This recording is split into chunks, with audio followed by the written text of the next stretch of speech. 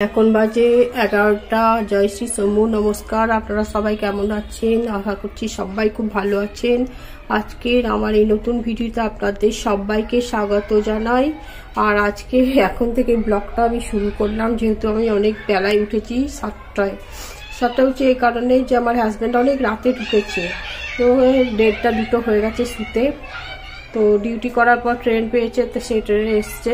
তো এখন আমার পুজো একটু প্রায় 15-20 মিনিট হয়ে গেল আমার পুজো হয়েছে। তো পুজোর প্রসাদটা এবার তুলে নেব। একটু আমি সবজিপাতি কেটে নিলাম, একটু ঠাকুরের কাছে প্রসাদগুলো থাক। এবার আমি হাত ধুয়ে প্রণাম করে তুলে নেব প্রসাদগুলো। তো পুজো হয়ে গেল। তো এখন আমি কি কি সবজি কাটলাম রান্না করার জন্য দেখাই। আমার মোটা কিরকম কাঁদছে দেখুন। পাপা গিয়েছে একটু কাজে, আসলে সবসময় আদর করতে হবে মোটাকে। ওই দরজা লাগিয়ে দিলেই কাঁদছে, আর যতক্ষণ থাকবে ওর কাছেই থাকতে হবে, আদর করতে হবে মাঝে মাঝে, এরকম আর কি। আর এই দেখুন আমি আজকে রান্না করব, অনেক বেলা হয়ে গেছে। করলা ভাজা নুন হলুদ মাখিয়ে রেখেছি, আলু ফুলকপি আর ডিম দিয়ে ঝোল বানাবো। ঢ্যাঁড়স, গোটা ঢ্যাঁড়সও ফেলে দিতে পারি। আর এই যে আমার এই শাক পাতাগুলো দেখছেন, এগুলো গোলাপ গাছের গোড়ায় সবজির খোসা ফেলে দিয়েছিলাম, দিয়ে কুমড়োর বীজ থেকে অনেক এই কটা শাক হয়েছে। তো আমার বর পরিষ্কার করতে লেগেছে, সকালে চা খেয়ে সব কাজটা সেরে ও দেখছি ঘাস পাতা ছিঁড়ছে। আমি দিলাম এই পাতাগুলো তুলে ফেলে দেবে, তো আমি এবার তুলে নিয়ে এসে ধুয়ে টুয়ে রান্না করছি। কুমড়োর শাক কচি আছে বলে নরম, কিছু করতে হবে না, তেলের ওপরে দিলেই হয়ে যাবে। তো এখন এই পর্যন্ত।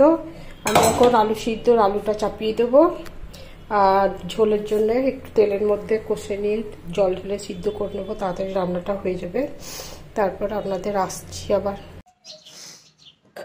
এই বসে গেলাম রান্না, আলু সিদ্ধ চাপিয়ে দিলাম, মোটা মটর ভাত বসিয়ে হয়ে গেছিল, বসিয়ে দিয়ে আমি সবজি কাটছিলাম। সবজি কাটতে কাটতে মোটা ভাতের ভাত সিটি পড়ে গেল।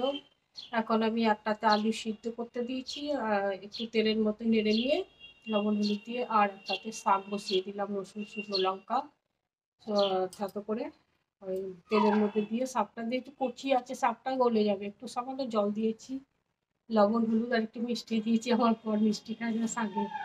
তো আমি এই প্রসাদ নিয়ে বসে গেছি। আর প্রসাদ খেতে খেতে একটা কথা আমি বলি, আমার মোটা খুব ডিস্টার্ব করছে। আজকে পাপা এসছে, পাপার সঙ্গে আদর করবে। তো আমার হাজব্যান্ড প্রত্যেক সপ্তাহে আসে, আর যখন অনেক দূরে ছিল, যখন বহু দূরে অরুণাচলের ওই সাইডে, তো সিএল এর ছুটিতে আসে, তো বেশি দিন ছুটি পায় না, ছুটি নষ্ট করে না, আপদ বিপদে ছুটিগুলো কাজে লাগবে বলে খুব বেশি ছুটি নষ্ট করে না। তো বুঝতেই পারছেন সেন্ট্রালের চাকরি, তো আসতে যেতে ছুটি নষ্ট হয়ে যায় বলে ছুটিটা জড়ো হয়, তখন এসে মোটামুটি 1 সপ্তাহ 2 সপ্তাহ থাকতে পেতো যখন দূরে থাকতো। এখন তো শুক্রবার রাতে আসে, আবার শনিবারটা থাকে রবিবার রাতে, কিংবা সোমবার ভোরে কি আবার ডিউটি যেতে হয়। তো ছেলেও তার হোস্টেলে পড়তো, 4 বছর টানা হোস্টেলে ছিল, তারপরে কোচিংয়ের জন্য কলকাতায় থাকতে হয়। তো এখন বাবা এসছে ট্রান্সফার হয়ে কলকাতায়, বলে কলকাতাতে থাকে বাবা ছেলে একসঙ্গে। আমি ওই দিকটা নিশ্চিন্ত। যখন আলাদা আলাদা আমরা তিনজনাই একসঙ্গে থাকতাম না, মানে আমি একা, আমার ছেলে একা, আমার বর একা, তখন একটু টেনশনটা খুব কাজ, মানে এত টেনশন হতো, রাতে ঘুমও হতো না এরকম। আবার একা থাকলে যে অত্যাচারগুলো হয় সেগুলো যারা থাকে তারাই জানবে। তো আমার একটা রিকোয়েস্ট আছে, যে যারা ইনস্টাগ্রাম বলছি, যারা মেসেঞ্জারে কল করছেন, তারা কল করবেন না। আমি কল কোনোদিনই ধরবো না, ধরবো না এই কারণেই বলছি, যখন আমি ফেসবুক বা ইউটিউব চ্যানেল বা কোনো চ্যানেলগুলো করতাম না, তখন তো আমি একা থাকতাম, এরকম বহু কল আসতো সন্ধ্যার দিকে, রাতের দিকে, মানে ভয়ে ধরতে পারতাম না, মোবাইলটা অফ করে রেখে দিতে হতো। তো আবার কোনো কোনো সময় মোবাইল অফ করে রাখতো, তাই তো ছেলে হোস্টেল আছে, বুঝতেই পারছেন ইঞ্জিনিয়ারিং কলেজে কীরকম ইয়ে হয়, অত্যাচার হয়। তো আমি ছেলের যদি কিছু বিপদ আপদ হয়, কিছু বলে, তো আমি জানতে পারবো না, আবার মোবাইলটা অন করে ফেলতাম।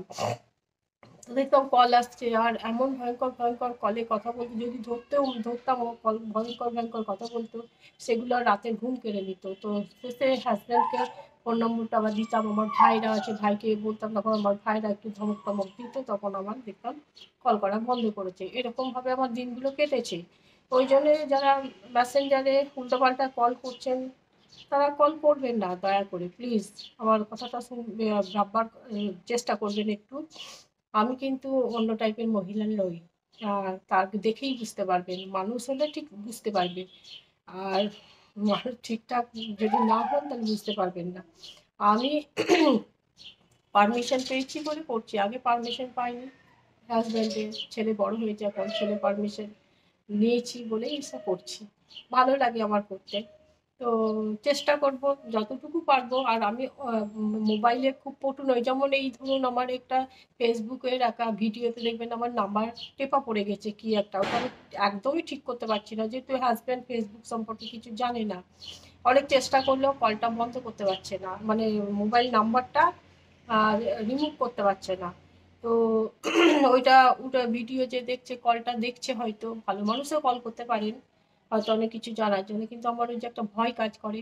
তাই তো উল্টোপাল্টা যদি ফোন হয়, ফোনটাও আমি ধরতে পারছি না। রাত 12:30 কাল আমার হাজব্যান্ড 1টার সময় ঢুকেছে, তো আমাকে তো জেগে থাকতেই হবে, ফোনও অন রাখতে হবে। কখন দরজা খুলবো, তালা দেওয়া আছে, ফোন করবে যে আমি এসেছি। তো যে ফোন আসছে, ফোন ধরতে পারছি না, ভয় লাগছে। তো প্লিজ আমাকে আমার যে ভিডিও দেখে ফোন নম্বর উঠে গেছে, সেই ফোনটা দেখে আমাকে কল করবেন না, কমেন্ট করবেন, মেসেজ করবেন। যদি ভালো মেসেজ উত্তর হয়, তো কমেন্টের উত্তর হয়, তাহলে আমি নিশ্চয়ই দেবো। হ্যাঁ। তো এইটুকু আপনাদের কাছে রিকোয়েস্ট। আর যারা ফ্রেন্ড রিকোয়েস্ট পাঠাচ্ছেন, আমি ফ্রেন্ড রিকোয়েস্টটা আমি অ্যাকসেপ্ট করতে পারছি না, তার কারণ 5,000 ফলোয়ার হয়ে গেছে, ফেসবুক বন্ধ করে দিয়েছে অ্যাকসেপ্ট করা। তো যদি ফলোয়ার হন তাহলে তো নিতে পারবো, অ্যাকসেপ্ট করতে পারবো। তো এই আর কি আপনাদের কাছে আমার বলার ছিল, বললাম। আমার ভিডিওটা দয়া করে বুঝবেন, দেখবেন, শুনবেন। যে একা থাকি বলে অনেক ভয়ভূত নিয়েই থাকতে হয়, সবাই তো সব সময় সঙ্গ পায় না। তো ভাই বা ভাইরা কাছে আছে, কোনো বিপদ আপদ হলে ফোনটা করে ডাকবো, সেই যে ফোনটা আমার অন করে রাখতে হয়, যে কিছু হলে কমসে কম ভাইকে ফোন করতে পারবো, দাদাদের ফোন করতে পারবো, তারা আসবে। এই কারণে আমার ফোন অফ রাখতে পারি না, যেহেতু আমার হাজবেন্ড এবং ছেলে দূরে থাকে। তাদের তো আমি তাড়াতাড়ি পাবো না, পাবো আমার ভাইকে, দাদাকে, আমার ভাইপোদেরকে। বা আমার ছেলের বন্ধু আছে যাদেরকে আমি খুব ছেলের মতো দেখি, তাদেরকে ডাকলে তারা আসে। হুম। তাদেরকে ফোন করবো। তো ওই জন্য আমি ফোনটা অফ করে রাখতে পারি না। মোট ফোন অফ করে দিই তখন মনে হয় মা ফোনটা অফ করে দিলাম, কার সঙ্গে তো যোগাযোগ থাকবে না। দয়া করে প্লিজ আমাকে ফোন করবেন না। আর মেসেঞ্জারে কলও করবেন না, কমেন্ট করবেন। কমেন্টের উত্তর ভালো উত্তর হলে নিশ্চয়ই দেবো, খারাপ উত্তর হলেও হয়তো দিতে হবে। হ্যাঁ, বোঝাতে হবে যে এটা ঠিক নয়, কিন্তু একটু বুঝবেন। আজকে এখন রাখছি, আবার পরে রান্নাগুলো আমি একটাই রান্না করবো, শাক ভাজা রান্না, ঝোল আর করলা ভাজা। খাবার টেবিলে আবার দেখা হবে। দেখুন আমি ডিম ভাজা হয়ে গেল, করলা ভাজাও হয়ে গেছে, শাক ভাজাও হয়ে গেছে, ফুলকপি ভাজা হয়ে গেছে, আলু সিদ্ধ হয়ে গেছে। এখন আমি তেল দিয়েছি, তেলের ওপরে এই দেখুন আমি কি দিচ্ছি, দেখুন সবই দেবো একটু একটু করে। সব রেডি হয়ে নাই, তো রেডি করতে সময় লাগছে। তো এখন আমি তেজপাতা দিয়ে দেবো। আমার মা রান্না করতো তেজপাতা আর মেথি মৌরি কালো জিরে ফোড়ন দিত। হ্যাঁ, আর গরম মশলা গুঁড়োও দিত না বা ঝোলেও দিত না। যখনই আমি ডিম দিয়ে কোনো তরকারি বানাই, তখন আমার স্যারের কথাটা মনে পড়ে যায়। আমি যেখানে নলহাটি গান শিখতে যেতাম, সেই স্যার একবার, আমার মা খুব অসুস্থ হয়েছিল, তো মা বলে বলে দিচ্ছে আর আমি রান্না করছি। তো আমার স্যার জিজ্ঞাসা করছে যে যদি আজ কি রান্না করে আসলে, তো আমি বললাম আজকে ডিমের ঝোল। ডিমের ঝোল কিভাবে রান্না করলে, দেখুন তেজপাতা দিয়ে দিলাম। যেভাবে মা রান্না করে ওইভাবে বললাম, কেবল গরম মশলার কথাটা বলিনি। তো আমার স্যার বলছে হে হে হে গরম মশলা দাওনি ডিমের ঝোলে, তাও তো কত ছাড়বে, খেতে পারবে না। এই নিয়ে খালি হাসি হাসি হলো সব। আর যেহেতু নতুন রান্না করেছি, স্যারও খালি মজা করলো। তো যখনই আমার রান্না করি ডিমের কোনো আইটেম, হ্যাঁ, তখন আমার এই গরম মশলার কথাটা মনে পড়ে যায়। আজকে স্যার নাই, মারা গেছেন, বেশ কয়েক বছর হয়ে গেল। আমি যখন গান শিখতে যাই তখন অনেকটাই বয়স ছিল স্যারের। তো টানা আমি 6 বছর গেছি, ফার্স্ট ইয়ার থেকে আবার 6th ইয়ার অবধি।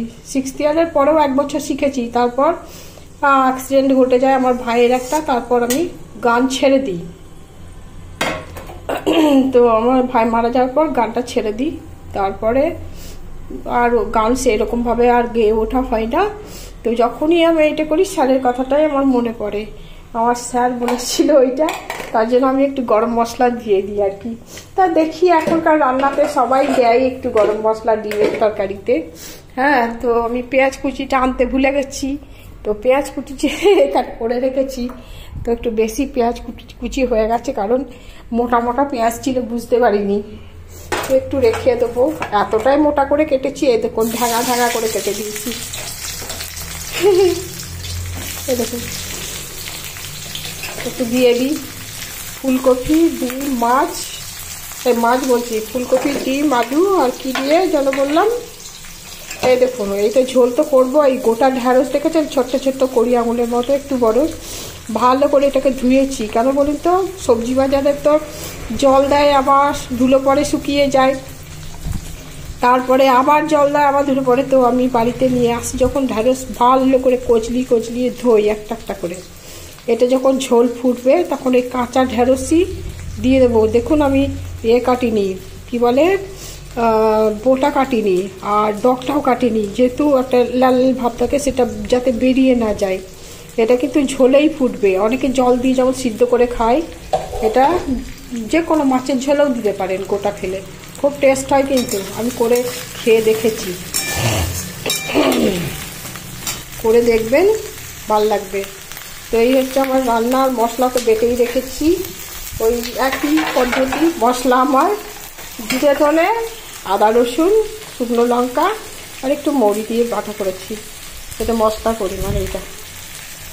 তো ঝোল যখন ফুটবে তখন এটা দেবো কাঁচাই, এটা আরও কিছুক্ষণ ফুটবে, তখন আমি নামিয়ে নেবো। ভালো করে চেক করে দেখে নেবেন ফুটো ফাটি না আছে কি না ঢ্যাঁড়সে, তারপর সেগুলো ধুয়ে রাখবেন বেছে বেছে, কচি কচি, বুড়ো ঢ্যাঁড়স হলে হবে না। তো আমি এইভাবেই রান্না করছি। আবার দেখা হবে দুপুরবেলার ভাত খাবার সময়। এখন বাজে দুপুর 1:30, আমরা চলে এলাম খেতে। এই দেখুন খাবার খাবো এখন, ভাতের সঙ্গে কি করেছি আজকে, শাক ভাজা, কুমড়োর শাক ভাজা, করলা ভাজা আর আলু, ডিম আর ফুলকপি দিয়ে ঝোল ফুটছিল, তখন গোটা কাঁচা ঢ্যাঁড়স ফেলে দিয়েছি। দেখুন লঙ্কার মতো লাগছে, খুব টেস্টি হয় ঝোলে ফুটলে ঢ্যাঁড়স, ভাজাভুজি করিনি। আর এই যে এইটা বোটাটা কাটাতে এখন খাওয়ার সময় কেটে দেবো ওইটা। আর যেহেতু ওটা ঝোলটা লাল হয়ে যাবে না, যেহেতু কাঁচা ঢ্যাঁড়স, তো সিদ্ধ হলে পরে দারুণ টেস্ট হয় ঝোলের মধ্যে। তো এই হয়ে গেছে, আর স্যালাড নিয়েছি, আর আমের চাটনিটা শেষ করতে পারিনি, তো দেখি আজকে মনে হয় শেষ করেই দেবো। তো এই হচ্ছে আজকের আমার মেনু। এটা আমার হাজব্যান্ডের ভাত, আর এটা আমার ভাত। এটা এই দেখুন স্যালাড নিয়ে নেব একটু, আর এটা আমার হাজব্যান্ডের ভাত, আর এটা আমার ভাত। এখন বিকেল 5:30, আমি হাজব্যান্ডের সঙ্গে রামপুরহাট যাচ্ছি বাজার করতে। এই দেখুন আমরা বাজার করতে রামপুরহাট যাচ্ছি, গাছের সব বীজ, তারপরে ঘরে টাকি জিনিস আনতে যাচ্ছি। লাগা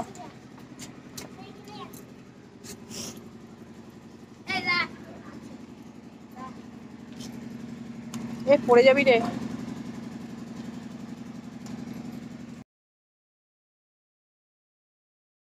এই যে আমরা সন্ধ্যাবেলায় এখন এই রামপুরহাট থেকে এলাম, তাই সিঙ্গাড়া আর চা খাবো। ভিডিওটা আজ এখানেই শেষ করছি। আপনারা ভালো থাকবেন, সুস্থ থাকবেন, সাবধানে থাকবেন। আর যারা আমাকে অনেক অনেক লাইক করছেন, সাবস্ক্রাইব করছেন, তাদের অসংখ্য ধন্যবাদ জানাই। আর যারা করেননি প্লিজ আমাকে সাবস্ক্রাইব করবেন, এগিয়ে যেতে সাহায্য করবেন। ভিডিওটা আজ এখানেই রাখছি।